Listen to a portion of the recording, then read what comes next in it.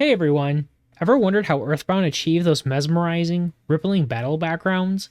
The ones that seem to bend, swirl, and breathe like living art? Today, we're recreating one of those classic retro effects, Interleaved Oscillation. We're going to see how we can recreate this as a shader entirely in WebGL.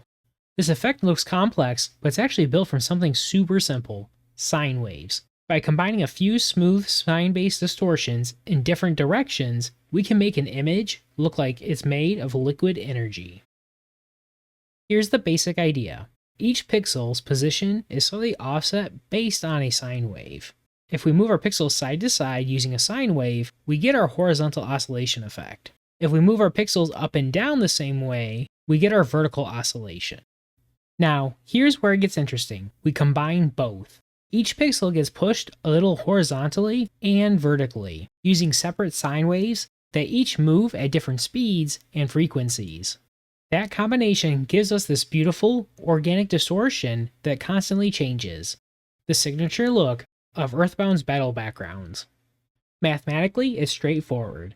We calculate our two sine values, one based on the pixel's vertical position and one based on its horizontal position. Then we offset the pixel's UV coordinates by those values. So if you've been following along with the series, this may sound familiar. This is exactly what we did when we created our horizontal and our vertical oscillation effects. So for our interleaved oscillation effect, we're just going to combine these two together. So let's break this down into code. Right now, I have a basic WebGL shader set up where we're just taking in an array of textures and then we're rendering out that original texture to our screen. So for our array here, if I update our index, we'll render out that different texture. So now to create our effects, first we'll define our uniforms that we'll need for our sine waves. So for each sine wave, we'll want to know our speed, our amplitude, and our frequency. So our speed is going to control how fast our pattern is going to flow, our amplitude is going to control how far a pixel will move, and our frequency is going to control how many waves will appear for that particular sine wave when we apply it to our texture. So now for each of our uniforms, we'll want to be able to modify these independently of each other. So we're going to have two sets of uniforms, one for our vertical oscillation sine wave and one for our horizontal oscillation sine wave. So we'll add in our uniforms. So we're going to do floats and we'll do our speed. Now let's do x, that way it's unique. And we're going to set this equal to 0.0. Now we want to do our amplitude. And now we want to do our frequency. So now for our frequency, we'll set that to be 25. Let's copy those set of uniforms. We'll make a set for our y. And now we need to add in our code to create our sine waves. So in this video, we won't be doing a deep dive into the math behind our sine waves, since we already went over this when we went into our horizontal and our vertical oscillation effects. If you haven't seen those videos, I recommend checking them out if you'd like to learn more about the math and how those sine waves work. There'll be links in the description to both of these videos. First, we'll do our sine wave for our horizontal displacement. For that, we'll make a new float. We'll call this wave x. We'll set it equal to our sine function. Now we want to do our UV. We'll do our y coordinate. We're going to multiply it by our frequency. And now for our animation, we need to add in our u time and multiply it by our u speed x. So our u time, this is just a uniform for the amount of time that has passed since our shader has started running.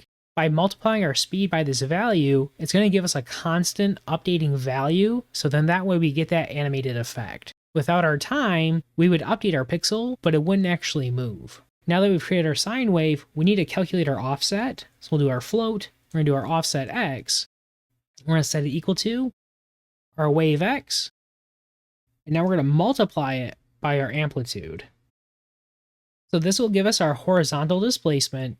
Now we need to do our vertical displacement. So this will be very similar. So we're going to have our wave y, but now instead of our y value, we're going to use our x position. We'll multiply that by our frequency for our y sine wave. Then we'll add in our u time times our speed, but our y speed. And now we need to calculate our offset for our y coordinate. So we'll take our wave y, we're going to multiply it by our amplitude, but we'll do our y. Now that we've calculated both of our offsets, we can create a brand new coordinate using those values. For that, we'll make a new vector 2. We'll call this new chords. We're going to set that equal to a vector 2. Now we want to take our original x position. We want to add in our offset for our x. For our Y, we'll do the same thing, but we'll add in our offset for our Y. Now that we have our new coordinate, we just need to sample that position from our texture. So we're just going to do our out color. We're going to set it equal to our texture. We're going to do our U textures array. We'll grab our first element. Now for our position, we'll do our new coordinates. All right, and that's it for our code. So right now, there's no changes happening in our texture, and that's because our amplitude value is currently set to 0 for both our X and Y. What this means is both of our sine waves are straight lines, and so we're not updating our pixel's original position. Once we update our amplitude, that's what's actually going to cause the offset for our pixels. So if we update this value to be something like 0.1, we'll see now both of our sine waves are being applied to our texture. Since our speed is set to 0, this results in a still image and we don't have any animation. If we come in and update this value to be something like 1, now we have that motion being applied to both of our sine waves. And what's really cool about this is we can use different values for both our X and Y to get different effects. So now for like my amplitude, I'm going to update this to be 0.1 for the X. For my Y, I'm going to do 0.05. And now we get this nice wavy motion like this. And because this all runs on the GPU, it's blazing fast. You can layer multiple shaders like this, stack effects, and still keep silky smooth performance. Perfect for retro-inspired games or dynamic backgrounds. And there you have it, the Interleaved Oscillation shader, which creates an effect just like from EarthBound. With just a few lines of GLSL, you can make the static art feel alive. In our next video, we'll take this exact shader and integrate it into Phaser 3, so you can use it directly in your games. If you found this helpful, drop a like, subscribe, and let me know which classic effects you'd like to see recreated next. And if you want to support the channel and help me keep making tutorials, check out my Ko-fi page. The link's in the description. Thanks for watching and see you in the next one.